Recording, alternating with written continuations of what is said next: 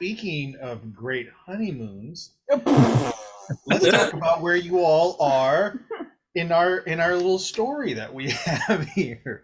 Oh You you no, I don't know your about that. your group has come together in this great picturesque setting where it's pitch black outside. You have been running for the last 70 yards. You've been moving very slowly out of fear, out of pain and anguish and all the fun things. But you've been moving through this inky blackness that's been populated by little bits of color from the sky above, and you've been slowly being eaten. Ugh, excuse me. Listen, Slowly you are being eaten by the Vashtanarada. doesn't So skip a step though. every 10 yards that you have moved, you have all had to sequentially roll to see if a second shadow appears. By this point, you now all have two shadows. And the ball of light that Norshella has been casting to keep everyone as safe as possible from the Vashtanarada has been starting to flicker and fail. And each of you has taken different amounts of damage based on how much you have been nommed upon by these voracious creatures. But literally at about 30 yards left, your party has found yourself engulfed in a battle with a giant, a female giant. Um, there's been no rhyme or reason to it. You have just find her almost as a guardian to the door. And at this point, you can see the castle, the walls of it, the drawbridge that leads to the inner chamber, and where you hope leads to safety from these creatures that have been literally have been eating you. While you have all been journeying, you have also been getting flashes of memory. You don't know the context behind what you're seeing, but you all have seen these things. So I want to remind you with what everyone has seen, because you've had uh, um, three flashes so far. The first memory flash is that each of you have seen yourselves dying to your own worst nightmare. Whatever that is for the character, that is what has happened. You have seen that. Your mind has been plagued by that as if you were reliving that moment. The second time your minds have been invaded by memories was you have watched another party member kill Thaunis. In that moment, you regained your memory of who Thaunis is. Like you see this person, you go, I know that's Thaunis. And you see another party member and you watch them kill Thaunis. It doesn't matter who you see, but you see someone other than yourself kill Thaunis, one of your other party members. And the third flash that you received while journeying out in the wilds here is that each of you sees a dragon haunting you, hunting you.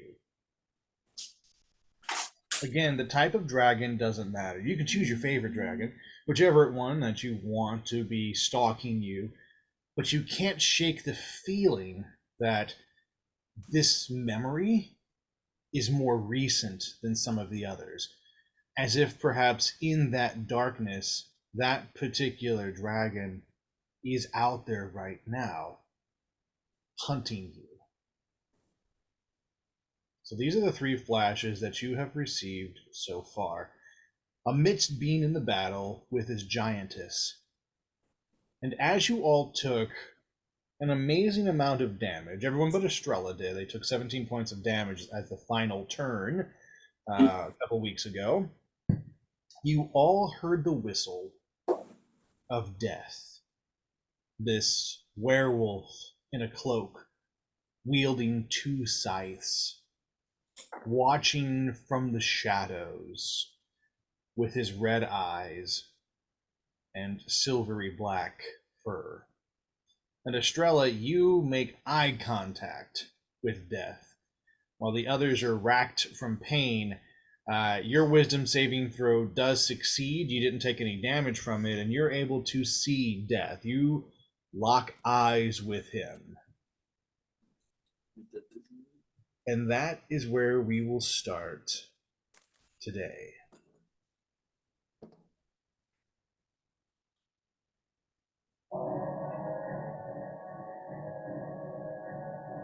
Estrella, Death gives you a nod, and you can see his fangs show. And at first you think it could be a snarl, but it's not. It's a smile. Just the slightest bit. But it looks feral because with his dog-like snout, a smile doesn't come easily. And you watch his eyes widen, and he steps back 2, 3, 4 steps and is lost in the shadows of darkness out there.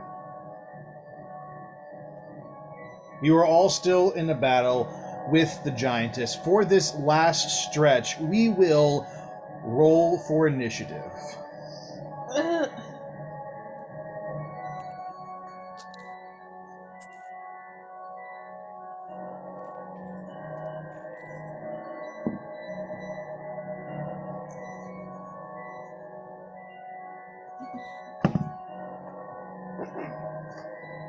And you roll for the giants. Okay, did anybody roll lower than a 6? Nope. Cool, the giants last. Alright. I did a 5. Sorry. She got a 5. Oh, we got a 5. Okay, alright, that's alright. We've got Grim after the giant. Alright, Mud. I got a natural 20 plus 7. Okay, anybody beat a 27? I didn't No. think so. Mud's a freak. Mother's first. You have plus 7 to initiative? On that. Yes, though. I do. I have a plus 7. Oh, so you got nat 20 and plus 7. That's impressive. Yeah. Yeah, that's nasty. Think about it. All right, let's go with Estrella. Where are you at? 8. 8, okay. Yasin? 19. 19. I'm not very good. Gilk? 22. 22. That puts you at second. And then Keladri. 18. That puts you just after Yasin. All right, so the order is Mud, Gilk, Yasin, Keladri, Estrella, the Giantess, and then Grim. Now, just to remind you all of kind of where you are positioned in this battle, Mud, you and Zeroku are literally holding the giant's fist as she has tried to come down on the party, and the two of you kind of stopped her, and you're using your strength to hold her back right now. Yes. The rest of you are in a better position to fight if needed, but if Zeroku or Mud do anything, they have to take into account this strength check that's going to happen. Mud, you're first with Gilk on deck. Cool. I would like to try to do almost like a strength check to kind of push her back up. You want to push her back? Yeah. Okay. Let's get into a strength contest. You versus the giantess.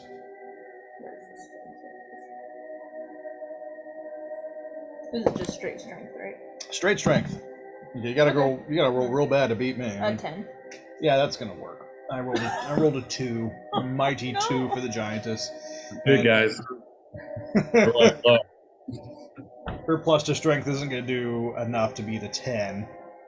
Okay, so you successfully kind of plant your feet, and Zeroku, you can hear him grunt beside you, and the two of you push, and of course you taking the lion's share of that power as you just launch this fist backwards, and the giantess kind of takes a step back to kind of catch herself, and as such, the hand that she had put on the ground to try and like squeeze the party together and like to pick you up and squeeze you.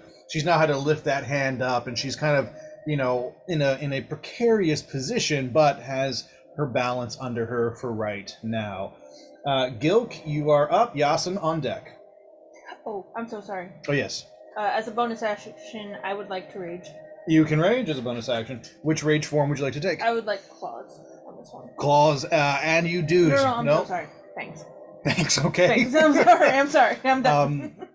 Zeroku's the one who sees this the most because he's the closest to you.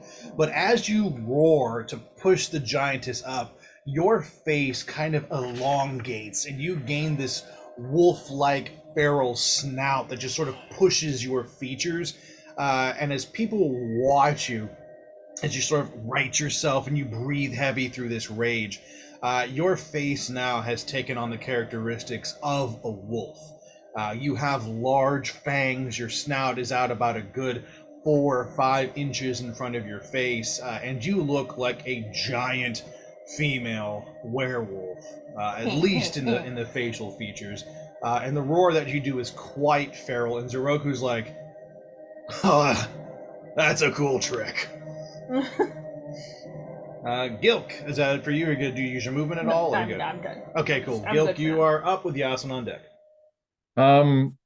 Just before we start, can we lay of the land wise where everything is, like where the circle of light specifically is, so Yep, how we so- know how range of movement? So you are all at the edge of the circle of light, if you will. The circle, Norshella has moved about 20 feet closer to the door, and you have that circle kind of right at your edge where the giant is in the fight. So you're 20 feet from Norshella, 30 yards from the door, and the party is pretty much grouped around the edge of this light where the giant is sort of taking center stage, if you will. So we can like get around her and stuff. Absolutely. You have space to do that and stay within the light. With my morphing friend taking a little bit of the spotlight of the focus, I am going to try and, well, first off, I'm gonna puke a couple of bolts since I'm not doing super great and look like a little bit of a crumpled Coca-Cola can. Jesus, man. And I'm going to like try and utilize the shadows since they have some form of like magic in a sense, like within our light sphere, not necessarily going outside of the sphere, and like try and disappear from sight. Okay. Roll And stealth. prep for a sneak attack. And I'll let you roll stealth with advantage, following Mud's roar and everything. The giant is definitely focused on Mud more than anybody right now. Yeah.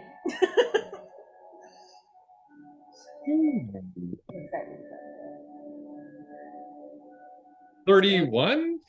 What the hell? I don't even understand these numbers.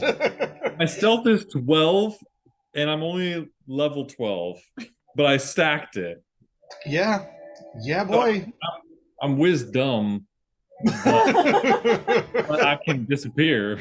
But you can sneak better than, okay, so within Mud's roar, there is this kind of shockwave that emanates from her, and within that moment where everyone is forced to look at her, everyone blinks and you're gone.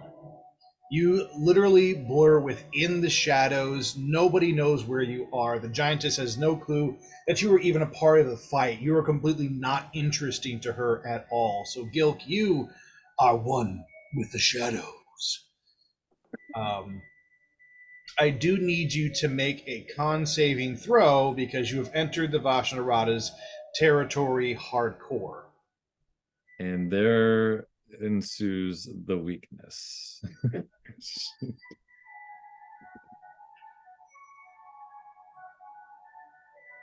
Well, I've showcased my strength. Oh no. And now I showcase my weakness. I got a 6. Okay. So Gilk, you will be taking another die of damage when we do our damage round from the Vashnarada. More have attached to your body. but you kind of like almost snuggled in with them. You can almost feel them kind of move around your metal form, and you're like, this is okay. And you just sort of step back into it. And from outside, I'll tell you, cozy. it's kind of cozy. If you know, like, I don't know how Gilk feels pain, but it's it's not so bad.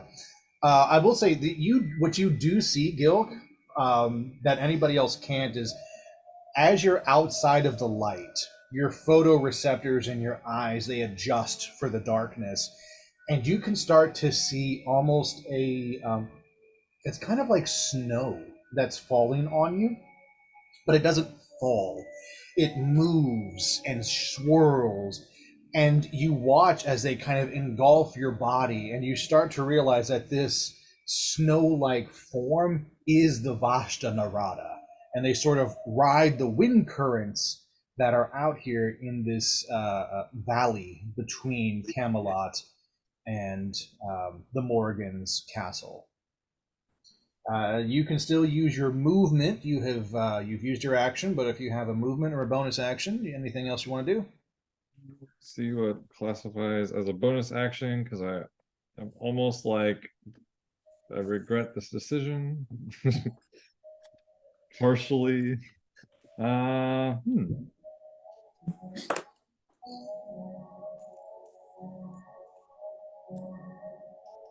Sorry, 1 second as I reacquaint myself with my abilities to see if there's anything that can save me, because I'm probably going to die. Oh no! We do have a cleric in the party now. Oh my No, I'm just trying to think of what is the most strategic method.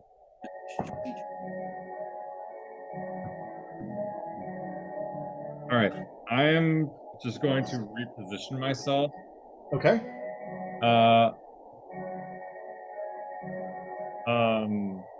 As close to Norshella as I can. Okay. You can do that. Now, this will put you at the furthest edge of the fight, if you choose to do this. So, unless you have some good, you're about 20, it'll put you 20 feet from the giant. So, as long as you're okay with being 20 feet from her, yeah, you can easily move. At this point, he's fine with it. You can easily move to Norshella's position. How far would I be from my teammates, though? At varying distances from 20 to 10 feet, based on how they're kind of spread out, if you think about it. The giantess being the center of a ripple, and the team is kind of positioned accordingly around her. Okay. I'll kind of position myself adjacently then, and like try and be, well, actually, yeah, I'll that's fine. 15 feet's fine. Okay. All right, so you do that. Again, nobody knows where you are, not even Norshella, but as you get next to her, what you see her doing is you can see beads of sweat just pooling down her face. And you can see that the light is flickering heavily, and you can hear her starting to murmur under her breath as she is trying to vocally increase the power of her spell. She is reaching the limit of her exertion on how long she can hold this constant ball of energy to keep the Vashta Narada even slightly at bay. That will conclude Gilk's turn then. Yasin, you are up with... Hang on. Keladri on deck. Right. So, with Mud and Mud's up against our giantess right now. So is the giantess like moving around, or is she kind of stuck in one place? So the last thing that you have seen is her fist has been kind of thrown back, and she's sort of almost leaning backwards, if you will. She's trying to catch her balance.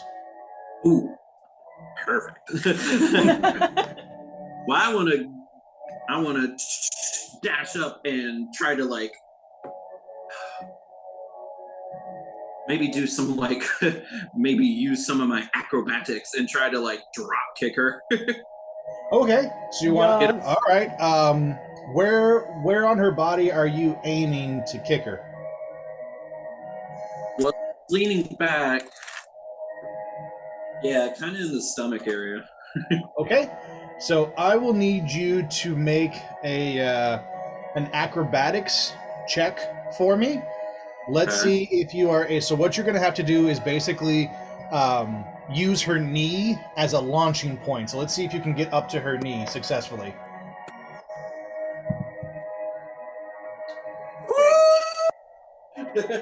Nat 20.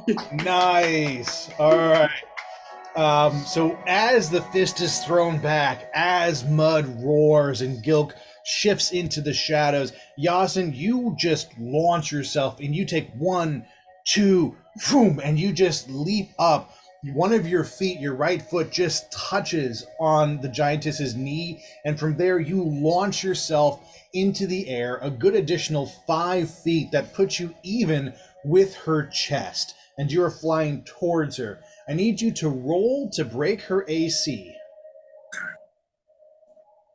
Do I have a plus? Meaning thing in the. Oh, Oh no! That's a Oh, 2. no! Do you have any plus to add? I'll let you add your weapons plus to that. Let's see. Where is it? Plus 11. So 13. Yeah, plus 11, so 13 with the dark That's type. better. Still doesn't break her AC though. But you know, I was hoping it. It's close. It's really close. That's why I wanted to see if your weapon was enough. It was very close. Okay, here's what happens. As you vault off of her knee, your body is lined up, and you have this perfect form. As your kick flies out, and you're just ready to kind of barrel your body into her with this kick and knock her off balance. And out of the corner of your eye, you see this hand just kind of woof and swing towards you.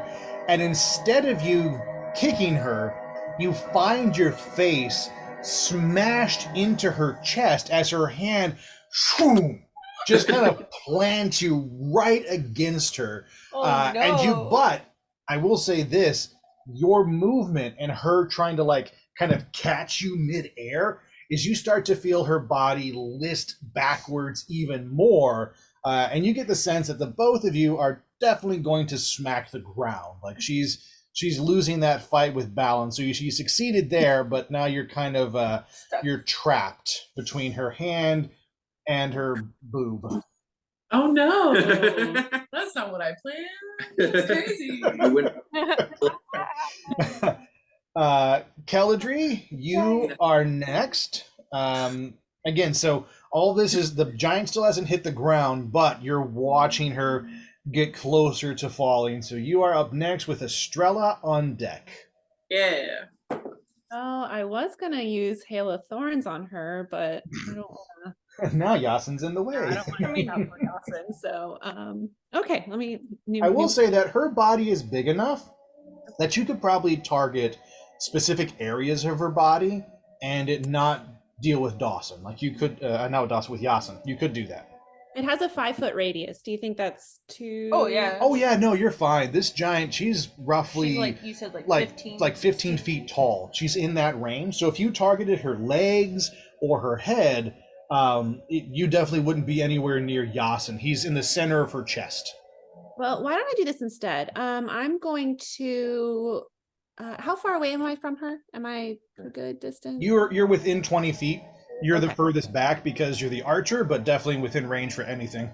Okay. Then I am. Oh, sorry. Let me scramble here. Okay. Then I'm going to use ensnaring strike then instead of that. But I'm going to. So Keldry, I'm going to use ensnaring strike. And I'm going to aim at her knees. Okay. Nice. Cool. Let's do it. If not mistaken, you have to break her AC in order for the ensnaring strike to stick. Yes.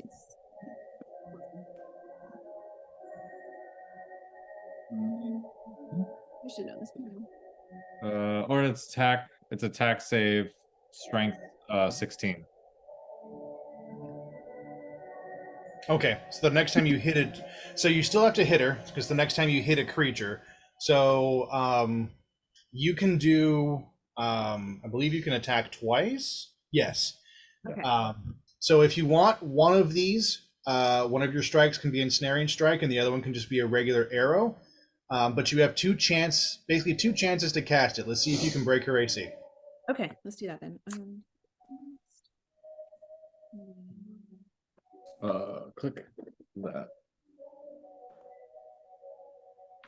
Oops, that's a Oh, damage that was roll. wrong. That was That was wrong. the damage Nope, roll. that's not right. If it hits, so do one of the we did not set, we're Sorry, Rowan ran off with my iPad, so now I'm trying to figure out how to use this on the computer.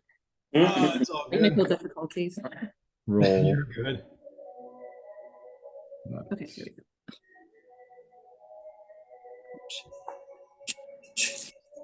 Well, that's the first one. I rolled. Do it again. Then we'll reveal the numbers.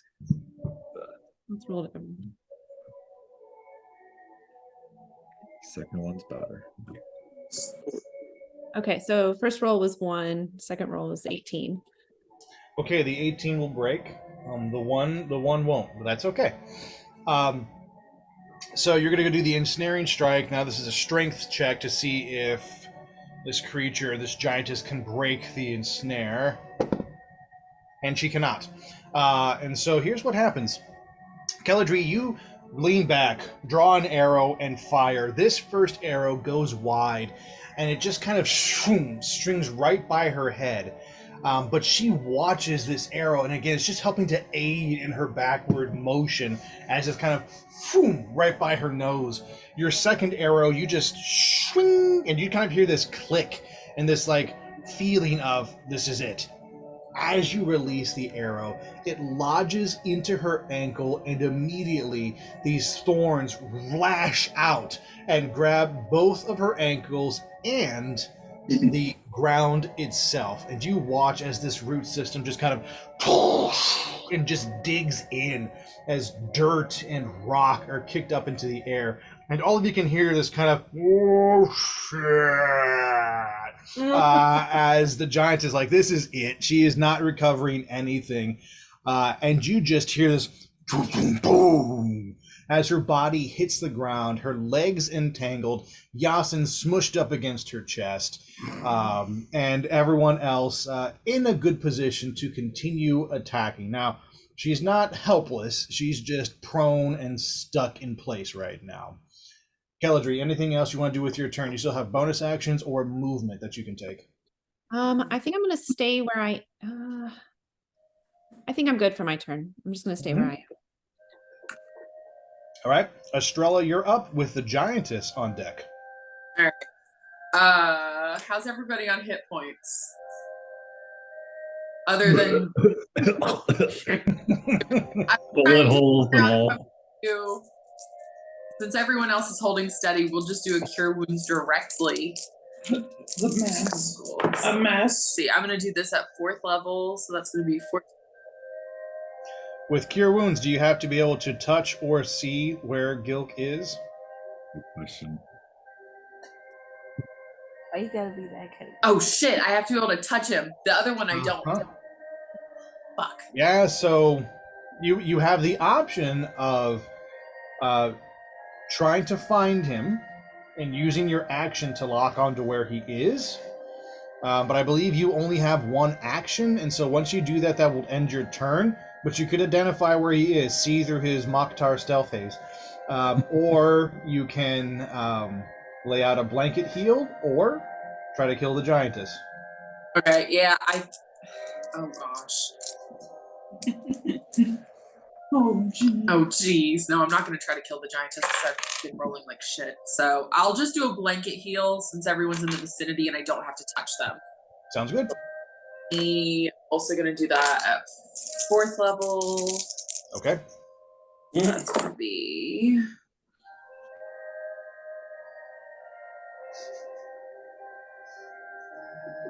me 26 points for everybody.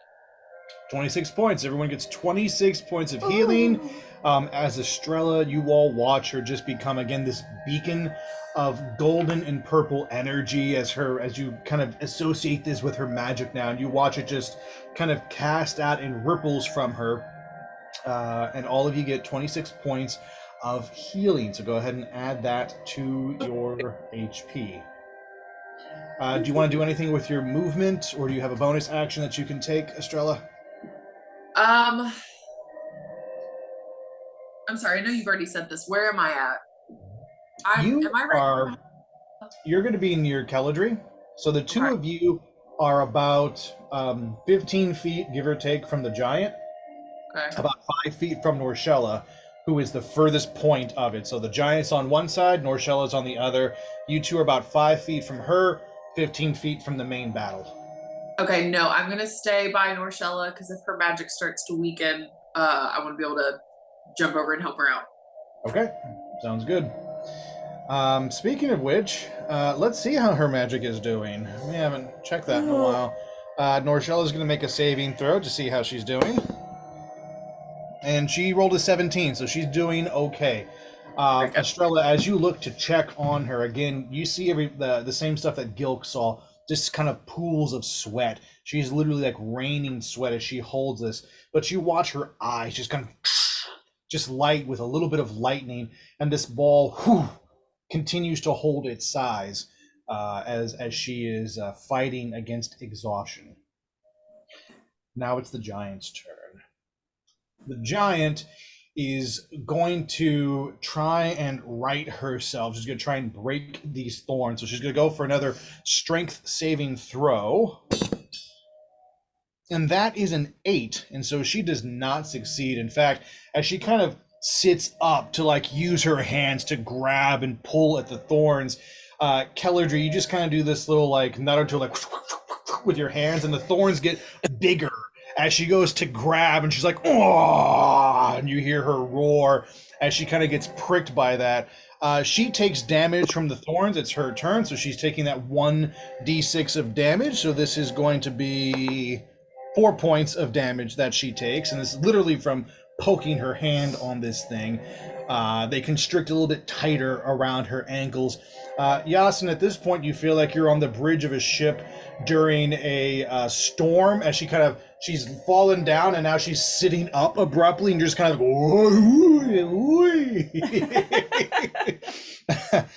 but she does keep her hold on you. She has a new pet, and she's not going to let you go just yet. She is going to take her second action, Yasin, and she's going to start to squeeze you. Now, I want you to make a strength saving throw to see if you're able to kind of push against her hand. Let's see.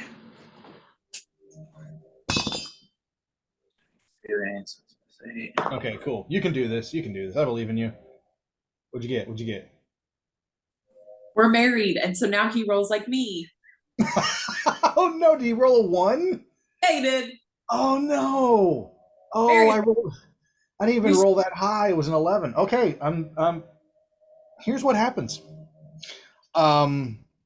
This is more of an instinctual reaction than a real thought process, but as the giantess, as she pricks her hand, the other one just naturally kind of like, ow, and squeezes and clutches.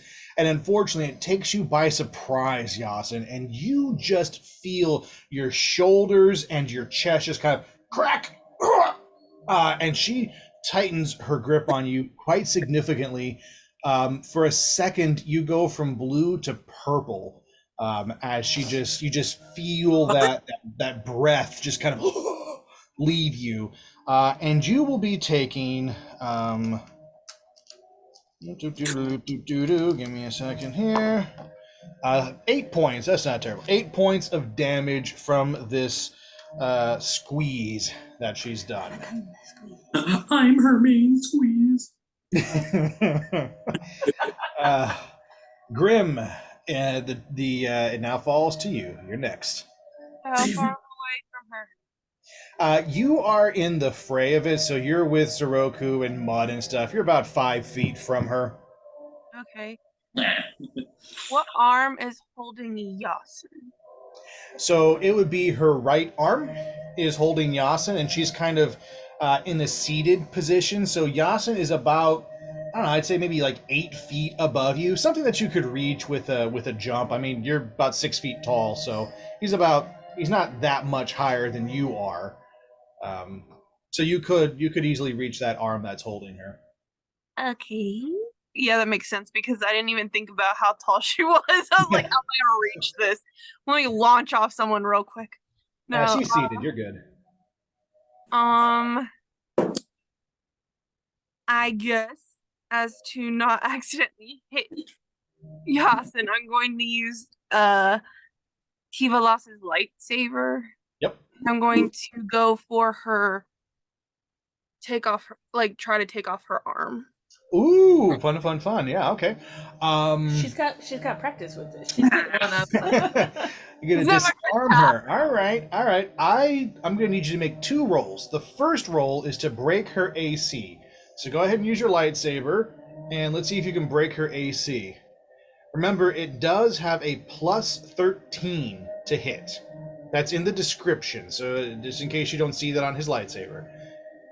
So I add 13 to what I have? Correct. You're welcome.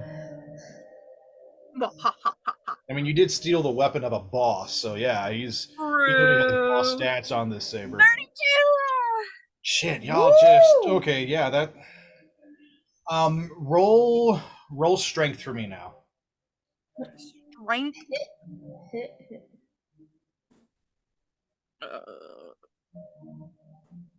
Okay, 20. Wait, I don't think I have any adders. I'm pretty weak on the strength. Hmm. Is it like a strength saving throw? It not just a strength throw, so you would add whatever your strength is to your I don't think I have D20. add-ons to strength. It'd be up top in the. You actually have a -3. Okay, so 17? Okay. You won't be able to cut her arm off in one strike, but your character does have 2 actions that you can take. So if you wanted to take a second strike at the arm, you could probably cut it off in 2 hits if you break her AC again. Okay, let's do that. See if I can do it again. Go for it. Give me another roll. Break her AC.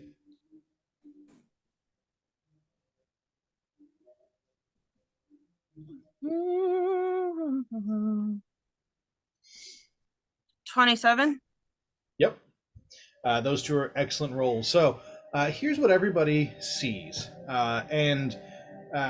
Grim, I would like you to go ahead and roll damage on these 2 hits that you have. So again, if you don't remember, it's 1d12 plus 7 per hit.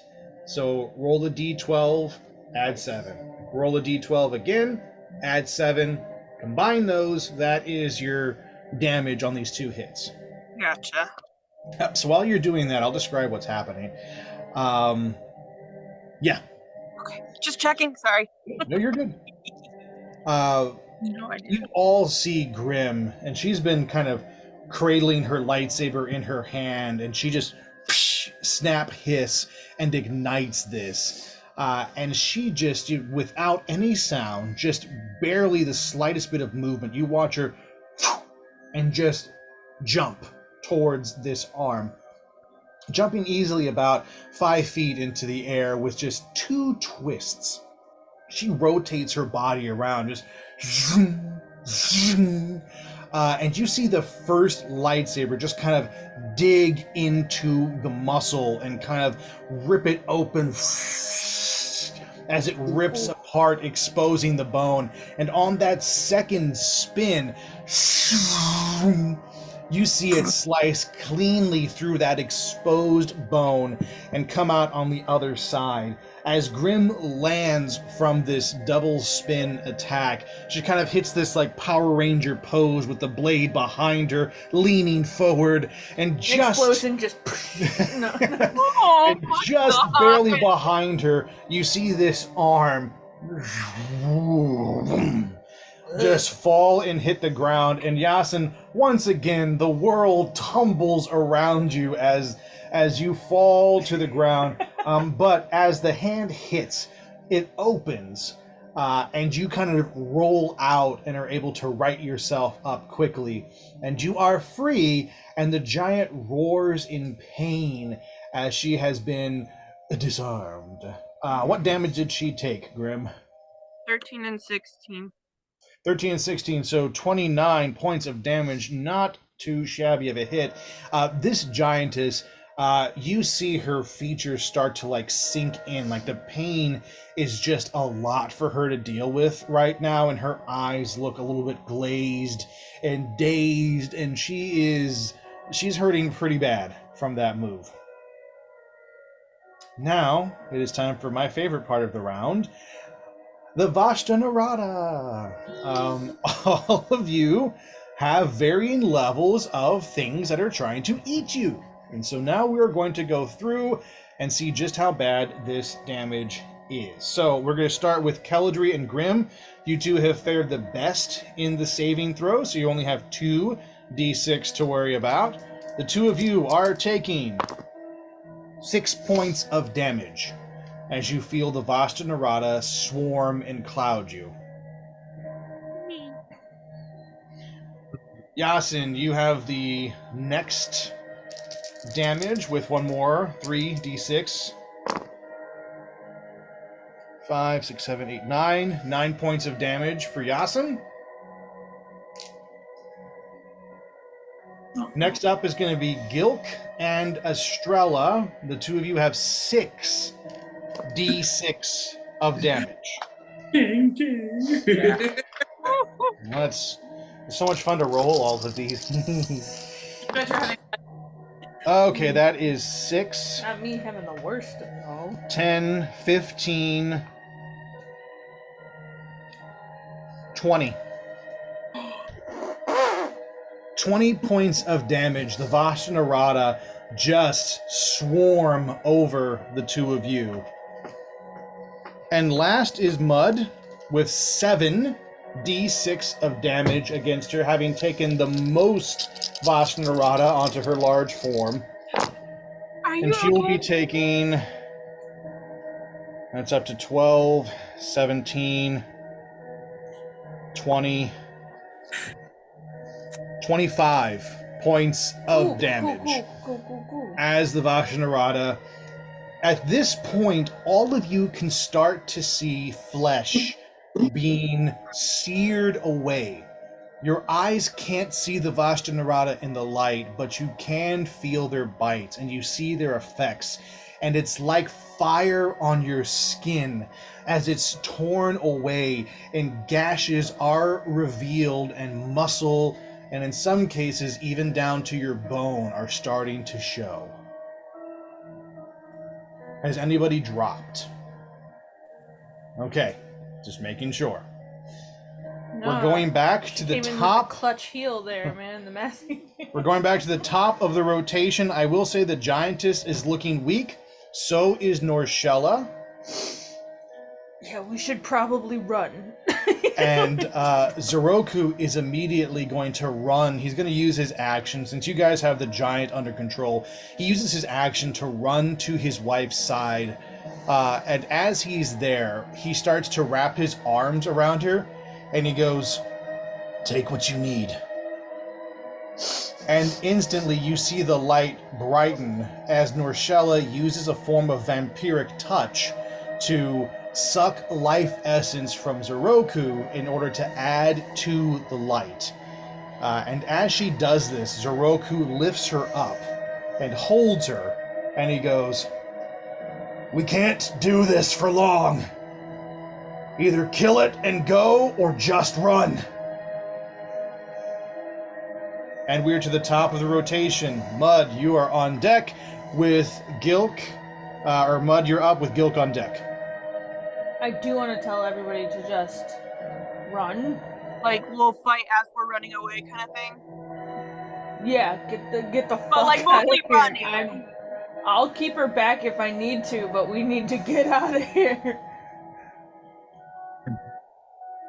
And I'm hoping everybody runs. I'm going to stand my place for like this turn, only Okay. because I want people to be able to go without her advancing quickly. All right, so you're gonna be the bulwark. Oh, You're gonna live up to your name, the wall.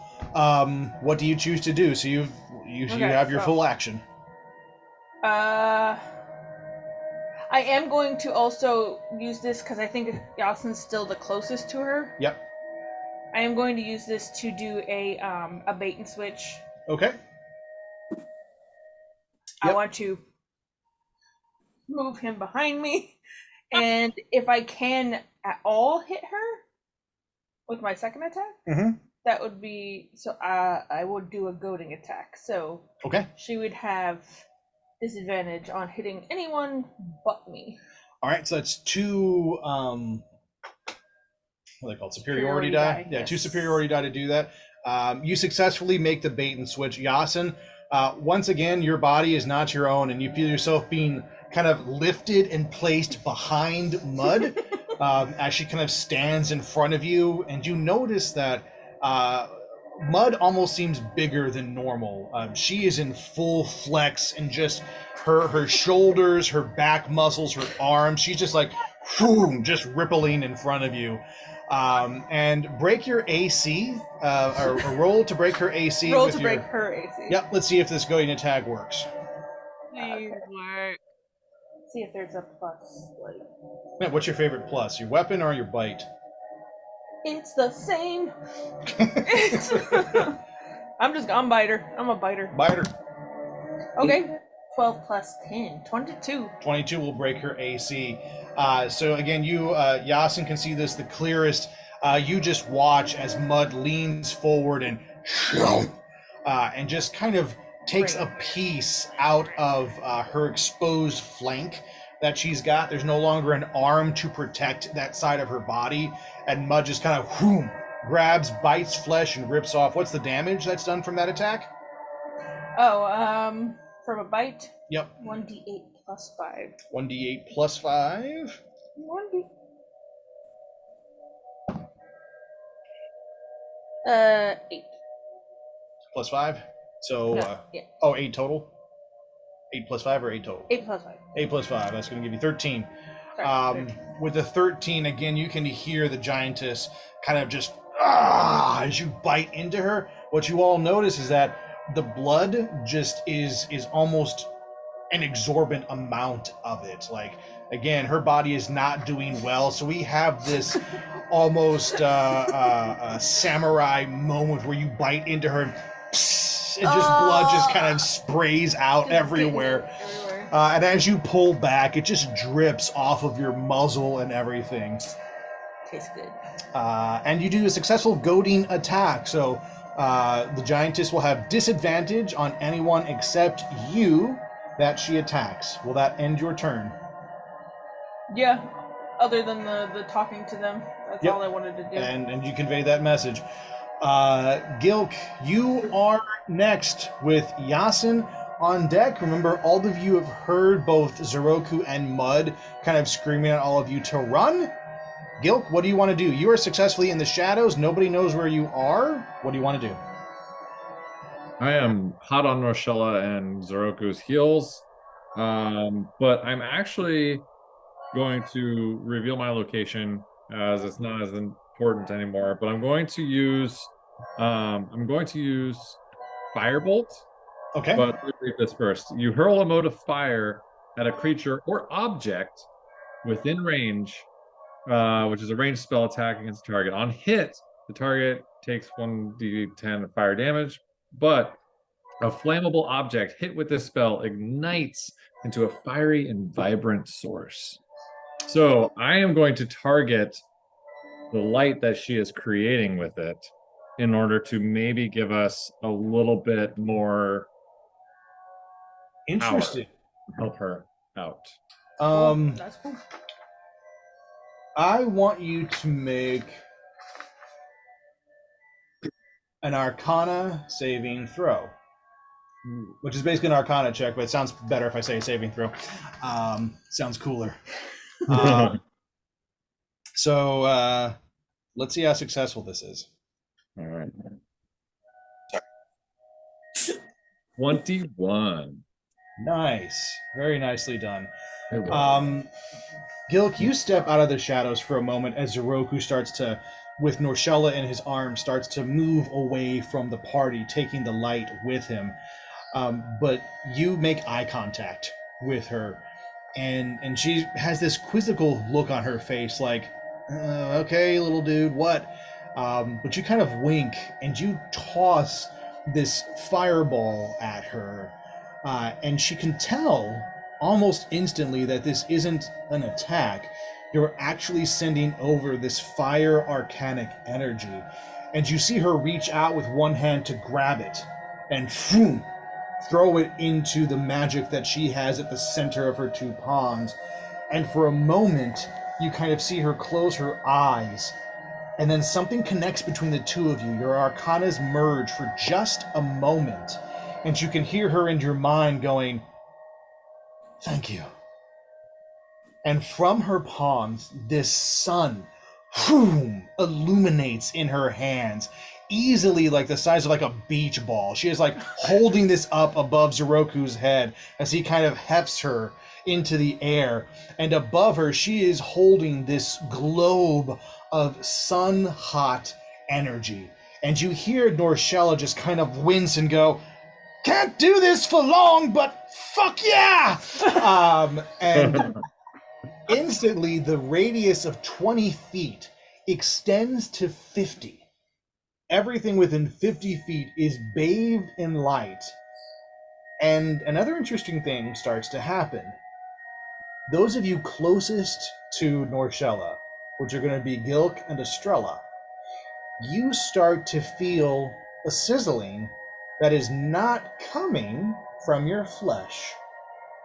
As you look down, you can see wisps of smoke start to appear on your arms and shoulders as the light is too intense for the Vashta Narada that close to it.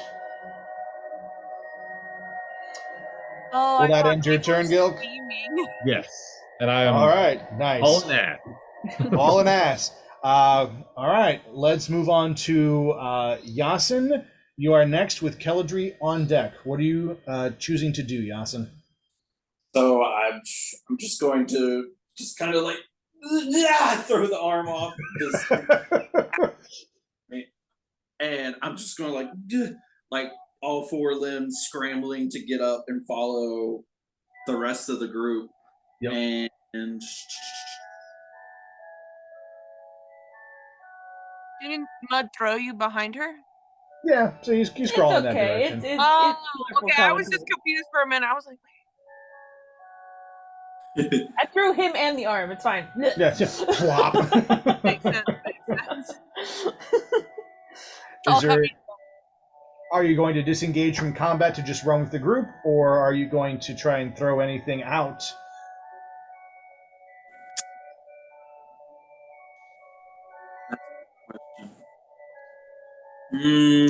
Yeah, I'm just going to disengage and run. Yep, and you do that. So as you catch up to Norshella and Zeroku again, you feel your skin start to sizzle as the Vashta Narada are literally cooked, flash fried in the light of this miniature sun that Norshella is holding. Keldry, what are you choosing to do? So I'm just going to shoot my bow, and I'm going to try to shoot the giant in the eye, just to blind her, and then hopefully get out. So I want to. So I think I get 2 shots, right? Of regular. Correct. Okay, so I'm just going to shoot them right back to back, just to make sure. Try and hit. Go for it. Let's break her. Let's see if you break her AC. That's a Okay. 29. So, Yep, that one breaks. What about your second one? it's a nat 22. yeah. Oh, it's a nat 20. Oh, okay. No. Did I roll? I rolled 29. So. Are you kidding me? I Nat literally just 20s? witnessed this on the computer too. You can see it in the chat. All right. Roll your damage and then double it for 2 crits. Right, let's see. Okay, so that's going to be 18 damage. 18 damage. 18 damage. Oh, yeah. We'll do it again. Or do I just roll once and then? No, do it again. You just shoot I'm 2 just trying to shots. blind her. I'm not trying to like. Oh my god. Oh my god. 15 and 20. Yeah. Yeah, 38. Doubled because they're okay. How do you want to do this? You just want to. You're trying to blind her, but is there any other special way you want to? Because this is it for her. Dang.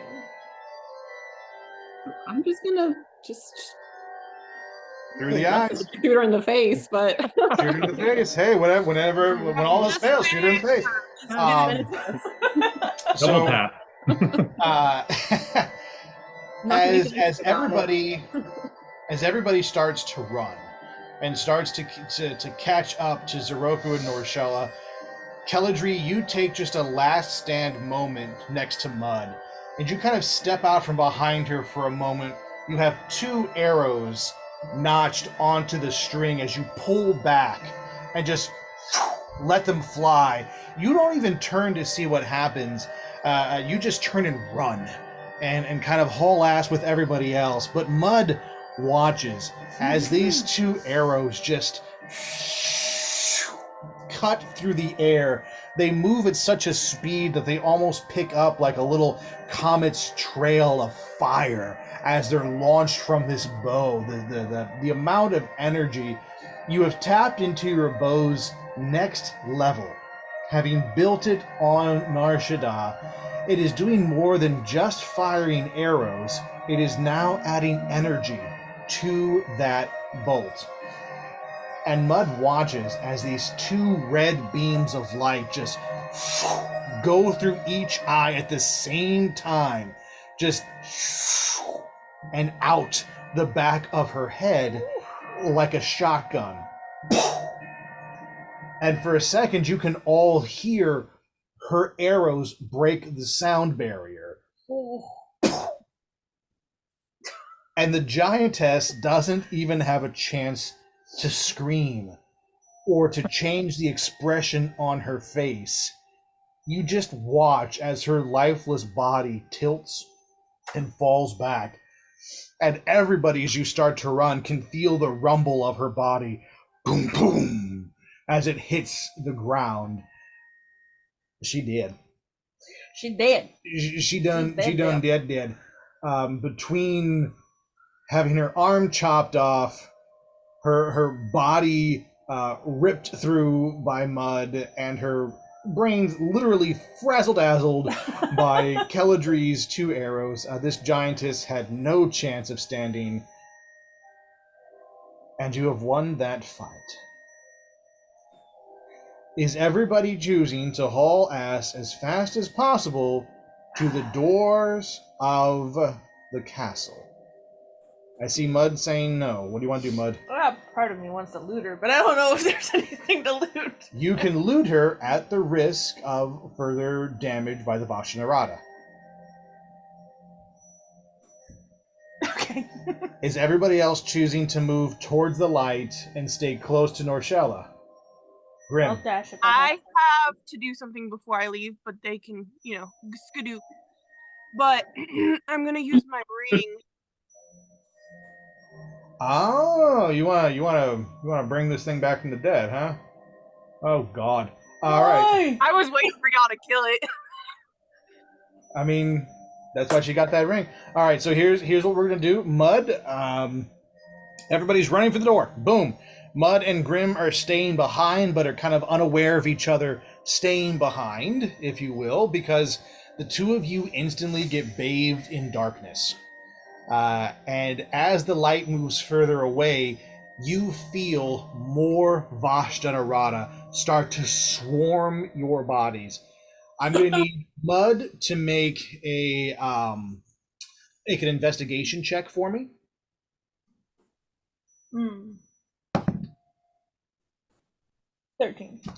13. With a 13, you will increase your die count by 1. You're now up to 8 d6s of damage. I can handle it fine. Unless they're all 6. But you find on her body 2 things. One is a potion bottle of unknown make. what you do see is that it has a very pale color to it, almost like a moonlight, and it shimmers. But you're not entirely sure what it is or what it does, but you find that, and I imagine you take it. Yep. The second thing that you find on her body is a talisman. Okay. And on this talisman, you see engraved on it the Goliath symbol for strength, which is the same as the giant symbol. The two of you share a very common language. And you recognize this. You've seen it around your tribe before. Shamans would make this in your village to some of their most deserving warriors. And you know that this talisman actually can increase the strength of the person who wears it. It's a brief moment of like an adrenaline rush that happens, but you have watched warriors do feats well beyond their natural ability while wearing this talisman. Okay. Is there anything else you I'm want to do? putting that thing right on. I don't know what. You can. You can either Just so I can. you can wear it around your neck if you want. You can attach it to your belt. I will do that for now. Yep. And so it's just kind of like you kind of loop it around and tie it onto your belt, and you have that now. Cool. I'm gone. Okay. As you turn and run because of this investigative moment, 1, 2, 3, 4, 5, 6, 7, 8 d6. Here is the damage that you take for your investigation moment. You have fun with those. I'm going to Roll have all of them. so much fun. Aw, they're not that high. That's 5, How dare you?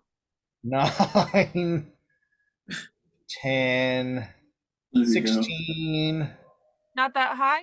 19, 24. 24 damage. No, that's not that high. I could have wiped her out, but not with that. Okay. And yeah, you go and you run now towards the light, and you wind up catching up with the others. Your big legs, Did I pass Grim? You don't see Grim. Okay. I'm one with in- shadows, apparently. In this darkness, you are aware of only two things: the body that was in front of you, Yeah. and as you turn, you see Norshella's light. Okay. And you start to run towards that. As you catch up to the group and get closer, just like everybody else, you can start to feel the Vashnarada start to be Nom nom. cooked and killed in the presence of this solar flare. Grim, what you doing? Talk me through it. Like what the ring does exactly? Or Yep. oh yeah, that okay. Sorry. I went off for a second. Okay, it says you call forth an undead spirit. An undead? Okay. I mean, once you call them forth, they will be no longer dead, but they won't be alive either. Okay. I was just confused. I was like, wait, I'm confused. See, so this ring, it doesn't bring somebody back from the dead, it summons an undead creature to your side to fight with you. However, Okay. so the difference being, someone doesn't have to die for you to bring them back. You call forth an undead spirit, as in you reach into the darkness, into the nether realm, and grab a soul to fight at your side. Oh. They don't already have to be dead in your presence. Oh, okay. Well. But I will allow you to do something interesting, because I was excited by you trying to resurrect a giant. I mean, I also have a different thing we could try. It's also an undead thing. It's probably going to be a summoning of an undead of some sort. But you want to bring this giant back, right? Yeah. You want her on your side. So here's what we're going to do. You're going to do a ritual. Depending on how good you roll, will determine how long it takes for you to bind this giant's soul to your ring. So that when you summon an undead creature, you can use all 3 of your charges and summon one undead giant. Okay. Does Good that thing feel it like a lasts good 24 hours though. Yes, it lasts up to 1 hour. Oh. Let me see here. Let me see. I'm No, reading. I thought I read something else. That's all. Yeah, concentration up to 1 hour. That's when she summons it. You call forth an He's giving it to you. I think it'll be okay. No, I was just asking. Maybe I read it in a different spell or something. Yeah, this is the Ring of Summon Undead is a 3rd level necromancy spell, so you get to summon an undead creature for up to 1 hour. That's the duration of the spell. So you can have an undead giant at your side for 1 hour. However long this takes you to do this will determine how many Vashnarada latch onto you. Okay. I've got the threshold numbers in my head. Roll a d20 and add your arcana to it. Yeah.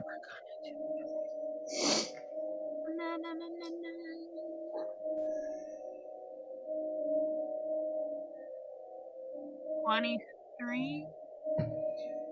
Not bad. That's as high as 23. I'll probably get. Here's what happens. Grim, you take 2 additional d6 of damage in order to cast this ritual. Which isn't bad. Takes you from 2 to 4. But what the others don't see is that for a moment, you remember who you are as Death, as the Grim Mistress. And that memory flashes into you. And as it does, you take this creature as its soul is moving on to its nether realm, and you grab it. And you can see the giantess look at you and plead with you in her eyes, beg you not to bind her. And you grin.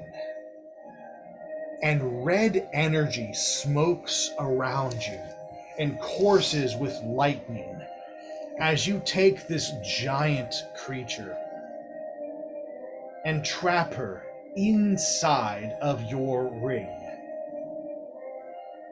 There is one other person who watches you do this, just out of your perception.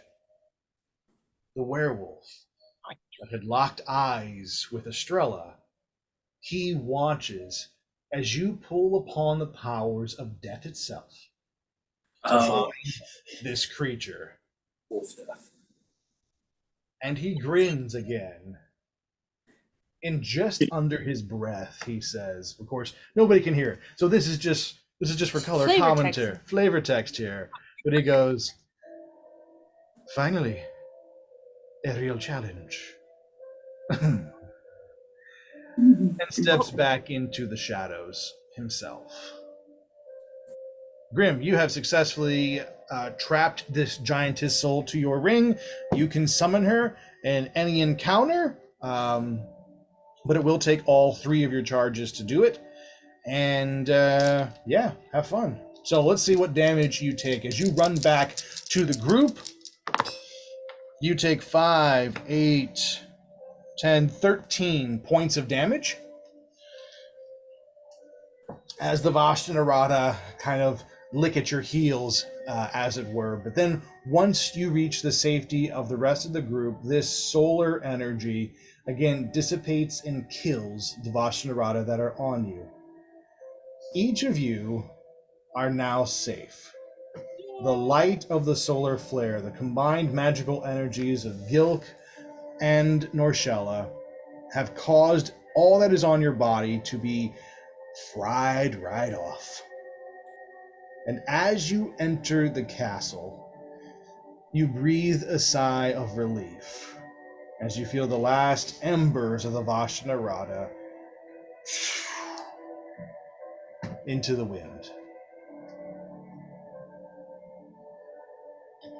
Zeroku instantly puts Norshella down, but Norshella is unable to stand at this point, and you just see her kind of As he puts her down, he puts her on the floor, and she sits and leans with her back against the wall. And you hear her, she's like, oh, little droid. Thank the gods you thought so quickly on that one. That saved us. You should be proud of yourself.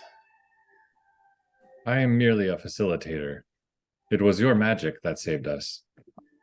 Thank you for guiding us through this experience. Let's never do this again. Yes. Yeah, you take the words right out of my mouth, little guy. Look, she won't admit it, but she's spent. I'm gonna stay here to defend her, just in case anything comes down the line, but the rest of this fight is yours. Head down that hall. There are no secret chambers, no hidden passageways. This will take you directly to the Morrigan's chamber. From there, it's up to you on how you get your memories back. Just be cautious. She is not someone to trifle with. And you, Mud. Do you acknowledge? I'm just looking at him. I'm kind of shocked that Grim came out behind me. I was like, wait, what?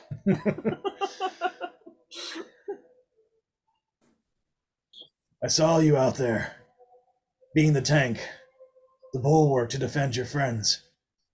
You may not remember who they are, but trust those instincts. All of you, trust your instincts. You're a family. You have fought together. So go fight for those memories. Figure out how the hell to solve what's going on.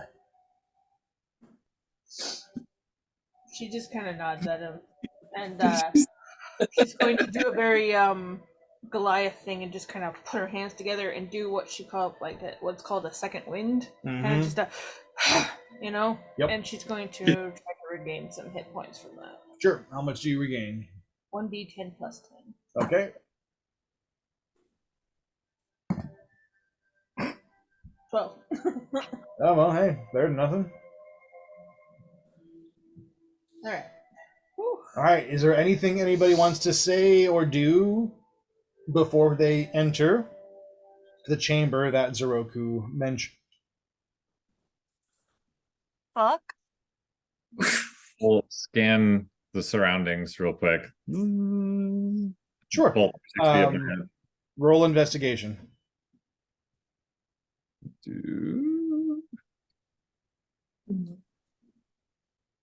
A 10. With a 10, you notice that this place is extremely uninteresting to the naked eye.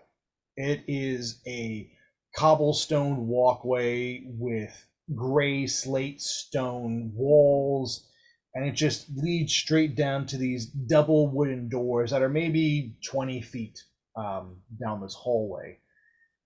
But what your sensors start to pick up is that there is more than one presence in the building, and it has nothing to do with the party.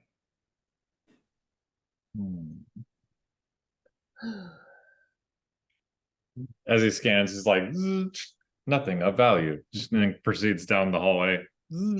Nothing of value. And then just keeps scanning for golden shiny objects. Yep. Scanning for golden shinies. There are no golden shinies here, I'm afraid. She's gonna catch up with Gil and kind of show him the potion bottle. Be like, hey, does this mean anything to you? Can you scan? Is that the word for this? Sorry, it was scanning for insecurities. Like the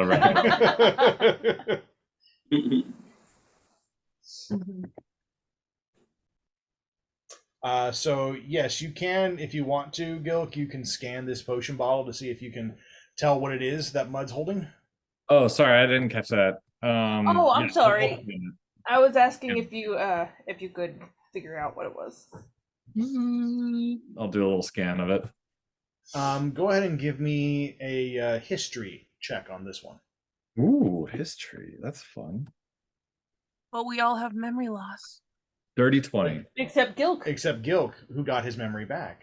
I thought we had to go to the other place to get it. Remember, he got so his. You Grim, stole it, you right? stole it from. No, I know, but I thought we had to go to Ilvermorny, Ilvermorny. that place to get him back. I don't know. I'm confused. I don't know what's going on. You have to No, go this to is Albemarle. Ilvermorny. No, he's got his memories. You gave him his vial, and he was able to absorb it. Oh, okay.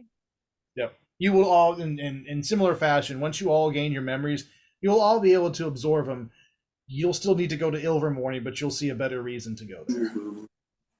Cool. I was just confused. I thought that's why we were going there. I don't No, know. no worries. You're good. You're good. What did you roll, Dawson?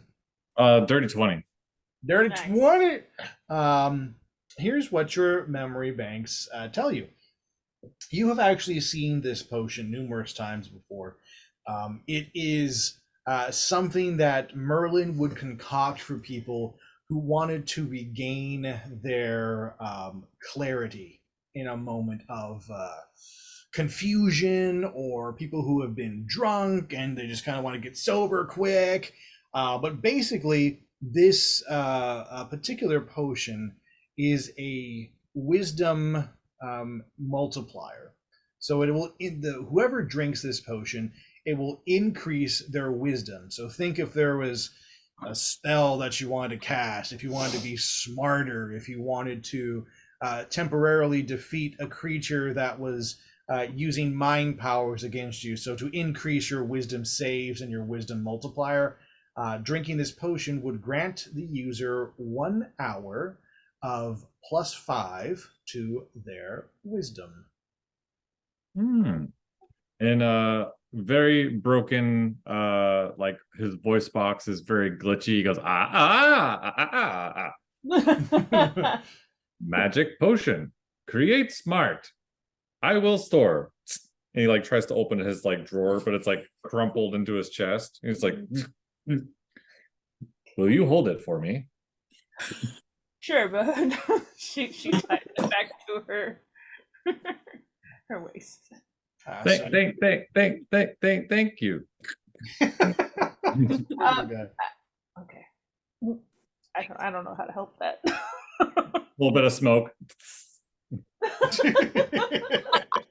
I'm just gonna look at that thing like, is it okay?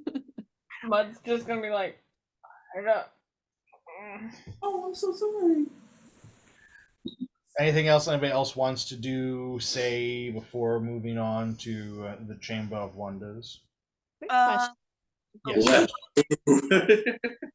Sorry. So I know that because I'm ranger, I have primeval awareness. Just thinking about the memory of the dragon hunting us, it says that as an action, I can expend 1 ranger spell slot to sense whether any aberrations, dragons, elementals, or fae, yada yada, are present within a mile. Can I do that? Yes, you can. Would I just roll a d20 for that one? Nah, you don't even need to roll. Don't even need to roll for it. So you'll expend your spell slot up to 1 mile. You can detect if these things exist. There is a dragon. Okay. You 100% sense a dragon in your presence, and kind of as Gilk and Mud are having their exchange, you start to move around this hallway, very much as you would out in the forest. You're tracking. At first, it starts with a sensation that it's almost like an itch at the back of your neck. And you kind of follow that down the room, down this hallway a few steps, and you kind of rub your hands across the stones, feeling for arcanic impressions. You look to see for the telltale signs of animal markings, and you notice claws that are towards the ceiling. You see these claw marks that are up there. You can almost see an impression of a dragon's footprint within the dust on the stone below. But it doesn't make sense to you because the confines of this hallway are much too small for the size of markings that you're seeing. Anybody who's not a tracker would lose it. They wouldn't notice a dust footprint like this. It's too big. It's hard to see with your naked eye. The claw marks almost merge with the cracks that are present within the ceiling, but you can tell that was done by an animal, not natural wear and tear. But it's the arcanic presence that frightens you the most. You feel like you should remember who this dragon is. It's a personal sensation. It's a feeling of deja vu, but you can't remember who he is, but you know you should know. And you know he's powerful. And you know he's on the other side of that door. The one I'm about to open? No, I'm just kidding. You say it doesn't like us? We know it doesn't like us? You wouldn't know. She doesn't feel intention. She just feels the presence Ah, of the gotcha. dragon. All right, I'm gonna turn and I'm gonna relay this to the group that Mhm.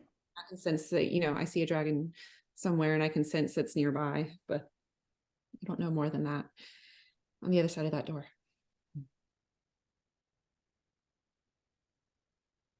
What do Bud y'all- freezes as she's like touching the handle, like this door.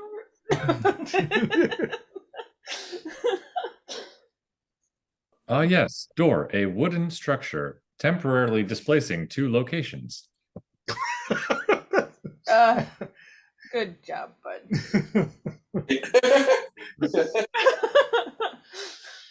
You're gonna be so helpful. Like, and then his arm is kind of like, Oh my god. I shall prepare myself. Anybody else? Anybody else want to do any last actions? Estrella's shaking her head no. She's like, I'm just gonna go die. I I want to do a check. There's nothing I can do, man. I say we all take a long rest. Right here. Right Right here. Right by the dragon door. It is an option. I know Yasin's joking, but it is an option. Now I could lean up against the door. the risk of taking a long rest in an unsafe location is that at some point in the night something could happen. And you would be unprepared for it. You would be caught off We guard. could go back there with Zeroka do, and like, Estrella. Do shifts. You could do shifts, but you have to remember that a long rest for most species, the only one who could take a short rest is Estrella, being half elf, which is 4 hours. The rest of you, in order to regain full health and full everything, have to take an 8-hour rest. So if you did it in shifts, you could, but that'd some be a of long but time. some of you may not get full points depending on what happens. I'll do it. I think I have the most health. I don't know. Are y'all really close to death? I mean, I already know the trash can is. But I mean, the can man, whatever. I'm the trash man. Currently, I am a shitty iPhone that can't charge itself, and it's gonna take forever to charge. I know Gilk's about to die. I think Estrella's pretty bad. I don't know. But anyways, does anybody have more than 80 health? I think I've got 93, so I think I'm still pretty high. Yeah, I'm pretty good.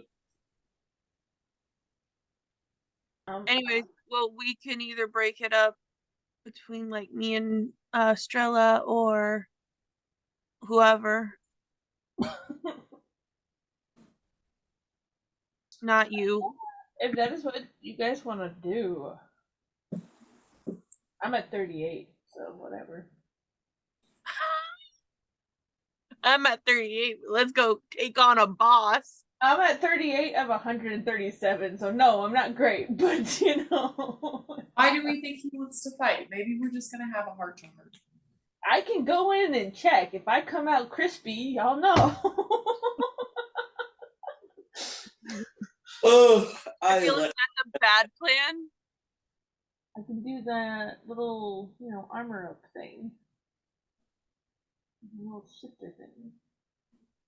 GLK just like his head spins a couple of times and Oh, and no. transforms into a suitcase for mobility. It's practical. So is the Can I group- sneak a peek? Just. You want to open the door? Oh no. That's your decision. Do you want to peek through the door? Is that I do. Yes. okay? Do you choose to do so? I'm gonna have everyone back up a few feet, and then I'm gonna go check the door. You so Okay. dumb. Shut up. But I've done stuff too.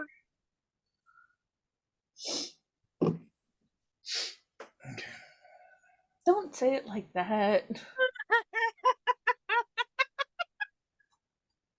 I close it. I'm done. Gotta go back the other I way. think it's too late. I need to prepare myself, with Oh, Lord. Yeah. So here's what happens. No. Everybody takes a few steps back as Mud tries to gain a sense of what's on the other side, to do some reconnaissance. As you reach for the handle on the door and unlatch it, Overly loud. you take a second and breathe in. As you breathe out, you push the door slightly open.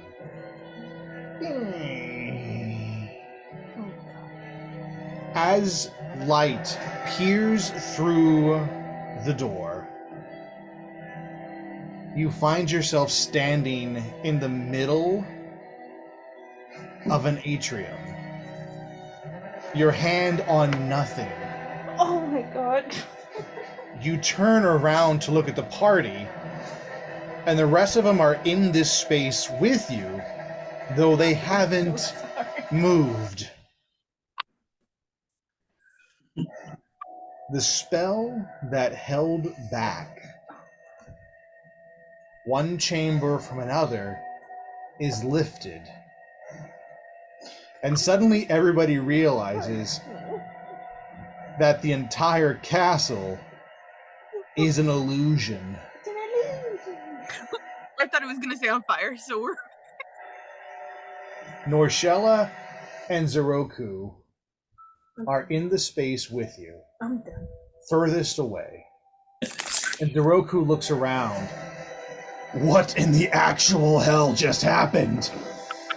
I'm Just opened a door.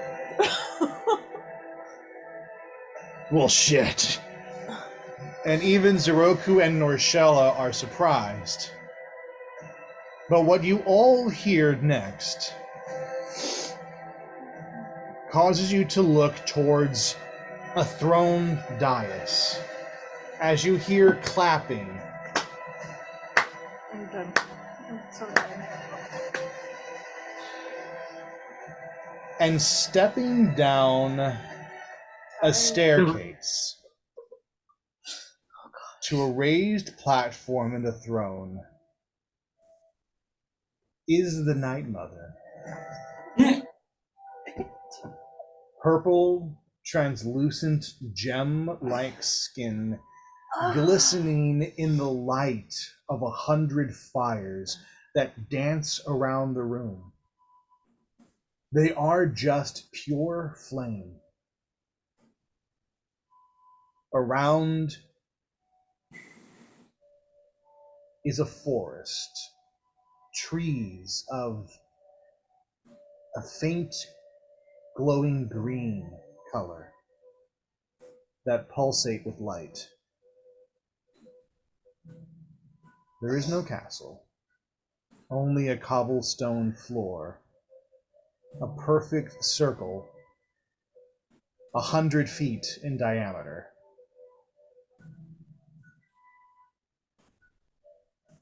to the front end of the circle, if there can be a front end to a circle. It's a front now because it's the platform, is the dais. So there are stairs that go up into nothingness. You see them disappear into clouds and starlight.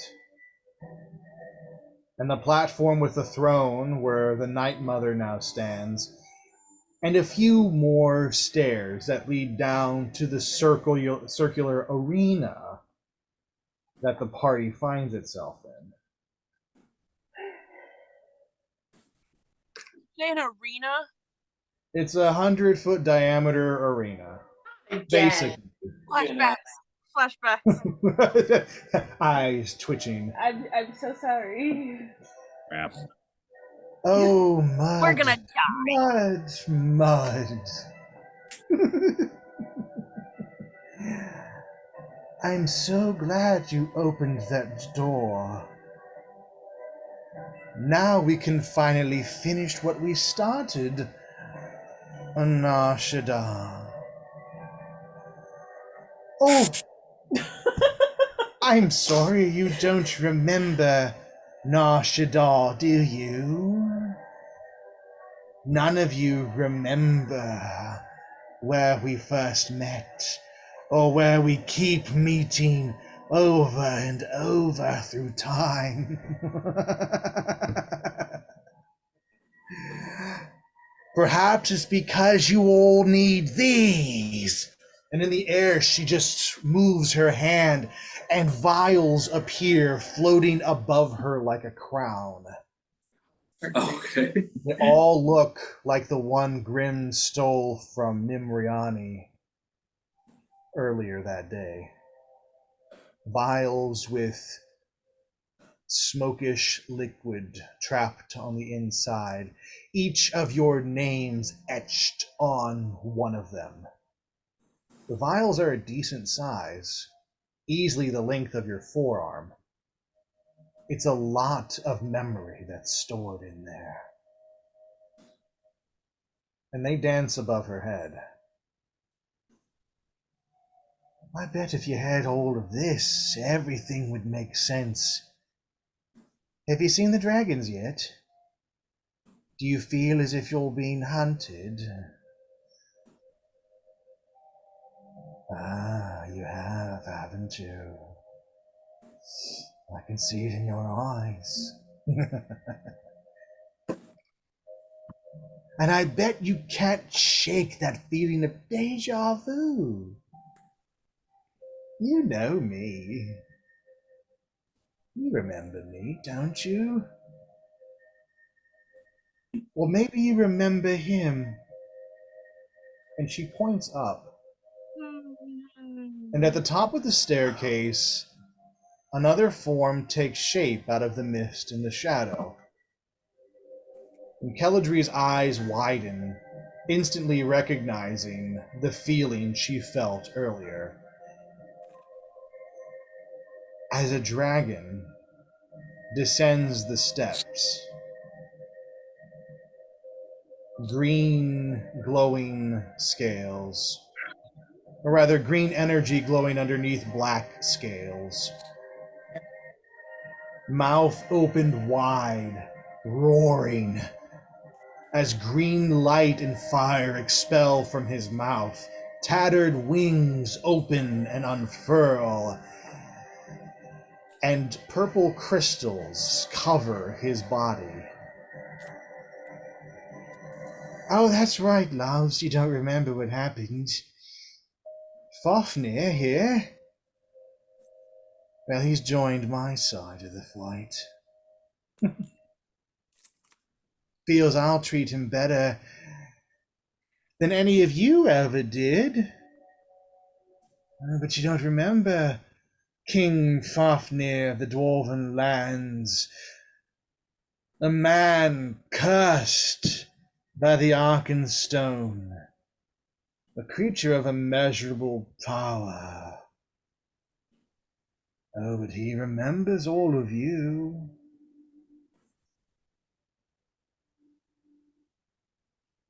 Aye, And you should all remember me. I mean, we just met like maybe an hour ago at the most. And coming out from between Fafnir's legs is Nimriani Sakuv, the one you met in Camelot.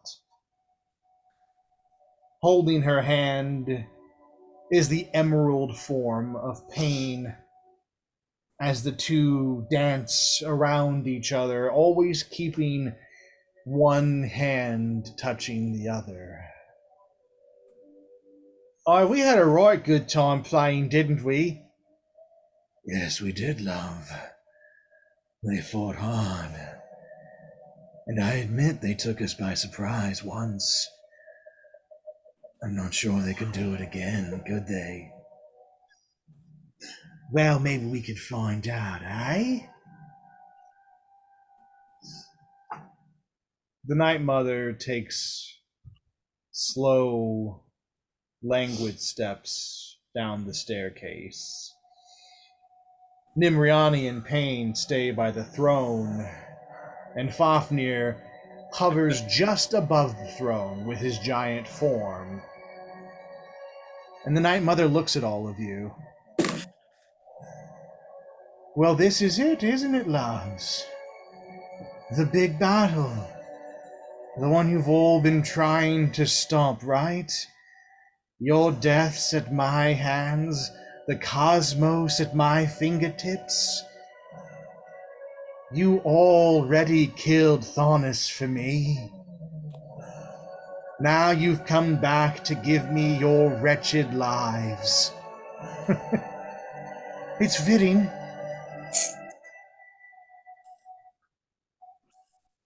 It's almost sad. You know what? Why don't we all just roll for initiative? I feel like she's obsessed with us in an unhealthy way. Danger, Will Robinson. Danger. Oh, well, we can use Hold that. on a second. Hmm. Mud's gonna step up. Hold on a second. Oh. Miss Chris, you're gonna enjoy Pants. chat later. Gonna get your panties all in a twist real quick. Hold on. How is this fun for you, for people who are already at death's door? Like, is this really a challenge? What would be really fun? You get us all back up to ready. You give us those memories, then we'll have a fight. Roll persuasion. You should have let me do that. I thought that was just. I got a +7, alright? Calm down. I was like, dang, alright. Oh my god, it's nat 20. +7. Oh shit! It is, it's right there. Oh, That's not good. enough.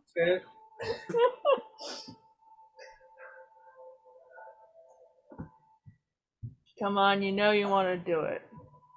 This is not fun unless we get to go all out, right? Are we gonna like eat dinner before we fight each other? You know, she's got a point. It's not nearly as much fun as if we just shoot these fish in a barrel, right? I mean, come on, look at the half-elf back there. She can barely stand. I mean, and you watch Nim hold out a hand, and Pain puts his hand on top of hers. 9 points alive. Oh, come on. I shot on her and she'd die. And that little robot. Oh, he ain't got much left in him either. Some of you could put up a fight. Some of you would last. But not all of you. Come on, Mother. What do you say? If we really are the Morrigan, shouldn't we make this a fair fight?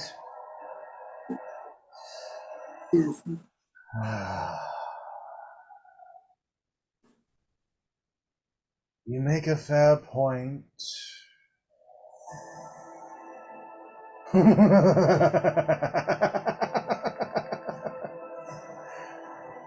Why not? Why not?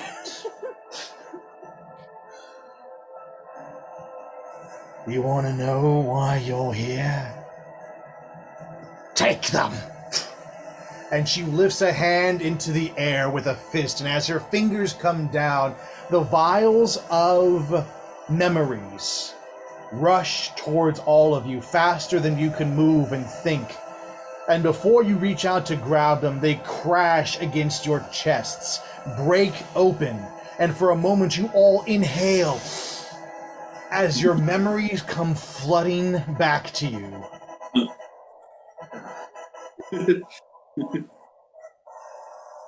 You see the first time you all met in the tavern. You see the people you've saved and the people you've lost. You've seen your time with Link and Zelda in Hyrule. You remember fighting in the arena and buying a cat in Nar Shaddaa. The cat. Because the rest of you didn't fight. You remember the turmoil that you faced. When you forced Thaunis to the ground. You remember watching Nim give her life for you in Nar Shaddaa. You remember Kieran giving his life for Thaunis in Burke at the shore of the World Tree. And you remember seeing Thaunis in his full dragon form, the god Bahamut. And you all remember your time in Camelot. You arrived beaten, hurt, and on your last leg of emotional sanity. 2 people in your party had died for this quest. And yet, seeing the god Bahamut and understanding that a creature of pure order was trying to restore balance to the cosmos gives you a sense of you've chosen the right side. You remember meeting Merlin for the first time. And then the memories start to get fuzzy and strange. You see Merlin, but you see Nim, but you see the Night Mother, but you see Keladi's grandmother. They all flow and fuzz and take each other's shape and form at key moments. You're handed a quest by Queen Guinevere, but it's not Guinevere. It's the Night Mother, but it's not the Night Mother. It's Kelladri's grandmother. It's the Morrigan. It's... You can't lock on. But the quest takes you to this castle, to this moment, to these stairs, to this forest. And before you is Thaunis, chained to the center of the arena. And again, you see Guinevere, or is it the Morrigan, or is it you? You see yourself standing at the throne, ordering Thaunis's death. And you watch your knife, or is it someone else in the party, or is it Nim, plunge their knife into Thaunis's chest. And you see him look you in the eyes, smile, and whisper, "It's okay. This is the way it's meant to be. I will see you again."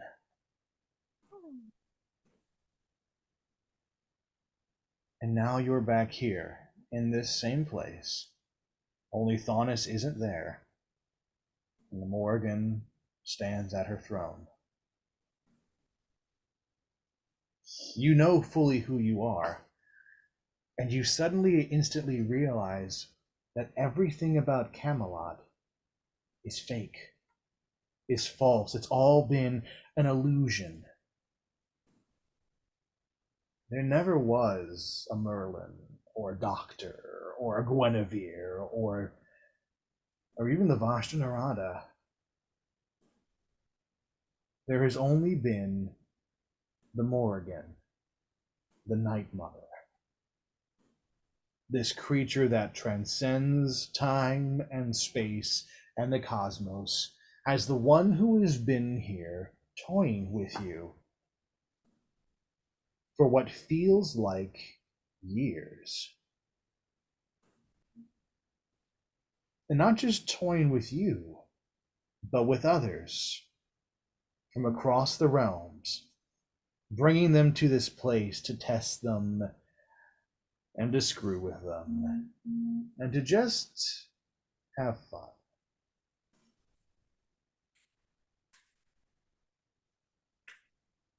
She looks at all of you. You remember now, don't you? Everything. Mud, Grim, Caladri, Estrella, Yasin, and the robot. Hello. As she killed us, no. Don't you look at the robot. I'm not sure if the rest of you know just how much of Kieran's soul is in that little creature. But then you don't know how much of your friend's soul is in me, do you? Oh, the questions you still have, I'm sure. Your journey's not done yet. And you all instantly feel your health and vitality restored to you. You are all at 100%, ready to fight. Mud looks up at her, finally, tears in her eyes, and she takes a moment to just stare at Nim with with pain. And then she turns back to the Night Mother and goes, "Well, now the fun can begin." Yes. Yes, Mud, it can. So, let's try this one last time, shall we? Roll for initiative!